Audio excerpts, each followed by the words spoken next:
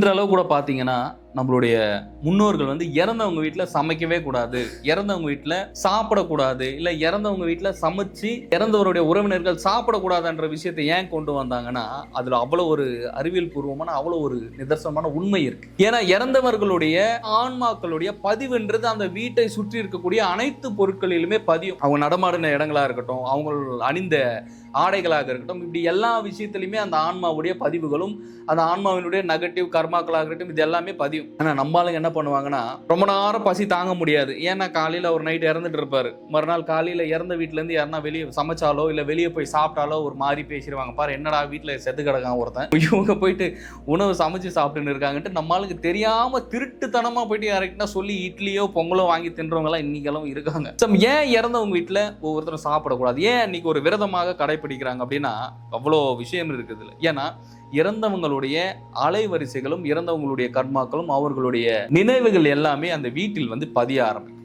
அந்த ஆன்மாவினுடைய பதிவுகள் வீட்டில் பதியும் போது அந்த நேரத்தில் நம்ம வீட்டில் சமைக்கிறதோ நம்ம சாப்பிட்றதோ இந்த மாதிரி இருக்கும்போது நம்ம உடல்ல உட்கொள்ளும் போது முழுமையாக அவர்களுடைய வினைகள் நமக்குள்ள போய் பதிவாக ஆரம்பிக்கும். அது மட்டும் இல்லாமல் இறந்தவர்களுடைய உடலிலிருந்து பல விதமான கசிவுகள்ன்றது ஏற்படும். இன்னைக்கு இருக்கிற காலகட்டத்தில் ஃப்ரீசர் பாக்ஸ்ன்னு ஒன்று வச்சுட்டாங்க, ஆனால் அந்த காலத்துல ஃப்ரீசர் பாக்ஸ் கிடையாது. அப்போ ஃப்ரீசர் பாக்ஸ் கிடையாதுன்னும் போது கீழே ஐஸ் வச்சு அது மேலே வந்து அந்த உடலை மேலே வச்சு படுக்க வச்சிருப்பாங்க. அப்படி படுக்க வச்சிருக்கும் போது அது சுற்றி பார்த்தீங்கன்னா உட்காந்து அழுதுகிட்டு இருப்பாங்க. அதுக்கப்புறம் பார்த்தீங்கன்னா சொந்தக்காரங்களாம் அப்படி நடமாடுவாங்க, ஒரு பக்கம் தாரத்தப்பட்ட அது இதெல்லாம் பண்ணிட்டு இருப்பாங்க. ஆனா அந்த மாதிரி இறந்தவங்க வீட்டில் நம்ம சமைக்கும் போதும் நம்ம சாப்பிடும் போதும் முழுமையாக அந்த பதிவுகள் வந்து ஒவ்வொருத்தரையும் மிக மிக மிகப்பெரிய தாக்கத்தை ஏற்படுத்தும், மிகப்பெரிய அடியை கொடுக்கும். அதனாலதான் எப்பவுமே இறந்தவங்களுடைய வீட்டில் பார்த்தீங்கன்னா இறந்து சாவு எடுத்துட்டு போனதுக்கு அப்புறம் பார்த்தீங்கன்னா அதுக்கப்புறமா வாஷ் பண்ணுவாங்க, வீடெல்லாம் கழுவ ஆரம்பிச்சிருவாங்க. ஏன் கழுவ ஆரம்பிக்கிறாங்க அதுக்கும் ஒரு அறிவியல் இருக்கு. ஏன்னா அந்த ஆன்மா அந்த வீட்டில் இருக்கக்கூடிய அந்த உடலில் இருந்தோ அல்ல அந்த ஆன்மாவிலிருந்தோ வெளிவரும் கசிவுகள் வந்து வீடு முழுக்க பதிவாக ஆரம்பிக்கும். அப்போ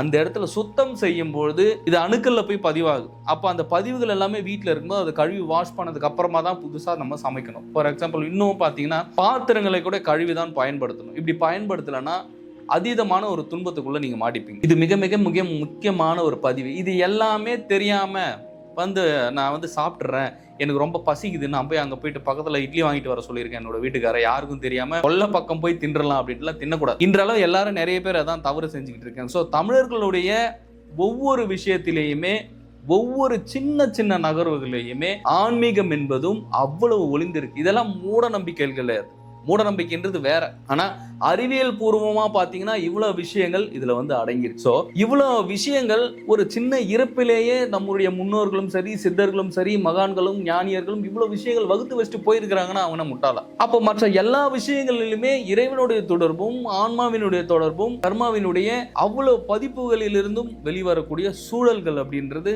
ஒவ்வொரு மனிதனும் கட்டாயம் அதை ஃபாலோ பண்ணணும். நம்ம என்ன பண்றோன்றதை தெரிஞ்சுக்கணும் முதல்ல. இதுவே ஞானத்தினுடைய ஒரு உயர்வும் ஒரு உச்சகட்டமும் கூட.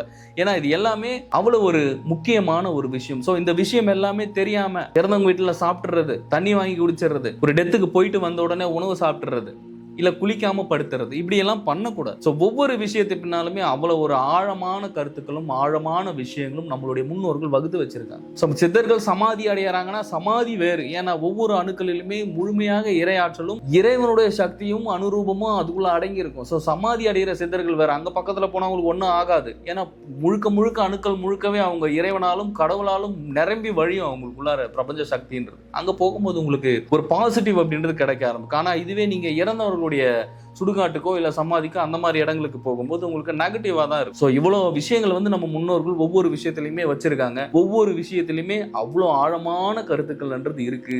ஸோ இறைவன் பால் நீங்கள் இங்க என்ன விஷயங்கள் செய்தாலும் சரி இந்த வினைகளுக்கும் உங்களுக்கும் நடக்கக்கூடிய ஒரு போராட்டமா தான் இந்த வாழ்க்கைன்றதே இருக்கு. இப்ப இந்த இறந்தவர்களுக்கே இவ்வளவு விஷயம்னா அப்போ இறந்துட்டாங்க, இறந்தவர்களோட பதிவுகள்ல நம்ம இருக்கும்போது அப்போ நம்ம சாப்பிட்டா அவங்களுடைய பதிவுகள் நமக்கு வருதுன்னும் போது அப்போ ஒவ்வொருவரும் உயிரோடு இருக்கும்போது எவ்வளவு விதமான ஒரு கர்மாக்கள்ன்றது இந்த உடலுக்குள்ளார ஓடிட்டு இருக்கிறத பாருங்க. அப்புறம் எதுக்கு யோக கலைகளை செய்யணும்ன்றது, எதுக்கு தியான பயிற்சிகளை செய்யணும்ன்றது. ஸோ அவ்வளவு தொடர்பியல் இருக்கு நமக்கும் பிரபஞ்சத்திற்கும், இங்க ஒவ்வொரு நகர்வுக்கும் ஒவ்வொரு விஷயத்துக்குமே. அப்போ அந்த நகர்வுகளையுமே அப்பேற்பட்ட விஷயங்களையுமே நீங்க ஒவ்வொருத்தரும் தெரிஞ்சுக்கிட்டு ஒவ்வொருத்தருமே மோட்ச பாதைக்கும் முக்தி பாதைக்கும் தன்னை கொண்டு போகணும்.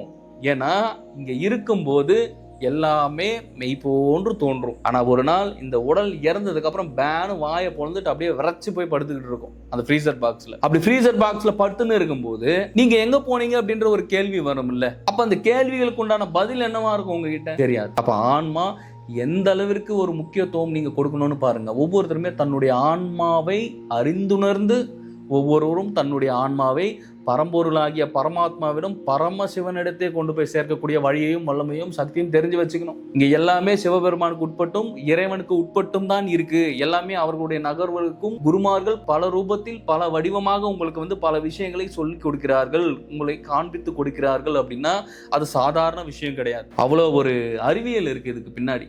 இது ஒவ்வொரு மனிதனுமே இதை தெரிஞ்சுக்கிட்டு இந்த ஒரு அவேர்னஸோட ஒவ்வொருவரும் உங்களுடைய வாழ்க்கையில் ஒவ்வொரு விஷயங்களையும் எதிர்கொள்வது கட்டாயம்.